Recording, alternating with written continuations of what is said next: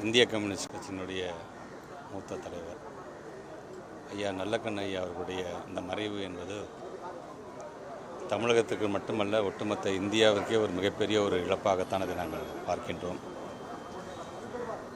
யாரும் வெறுக்காத ஒரு மனிதர், யாரும் மறுக்காத உழைப்பு என்று உச்சத்தில் வைத்து கொண்டாடக்கூடிய ஒரு விடுதலை போராட்ட வீரர் என்று கூட சொல்லலாம்.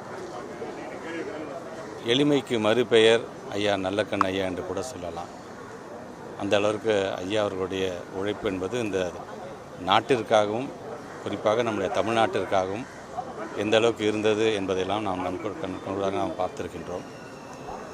தூத்துக்குடியில் பிறந்த ஒரு முத்து இன்றைக்கு சென்னையில் தன்னுடைய இறுதி நாட்களை முடித்திருக்கின்றது. அவர் நமக்கு விட்டு சென்றிருக்கின்ற அந்த அமைத்து தந்திருக்கின்ற அந்த பாதையில் நேர்மையாக ஒவ்வொருவரும் நடைபோடிட வேண்டும் என்கின்ற அந்த உணர்வை நமக்கு கண்டிப்பாக தரும்.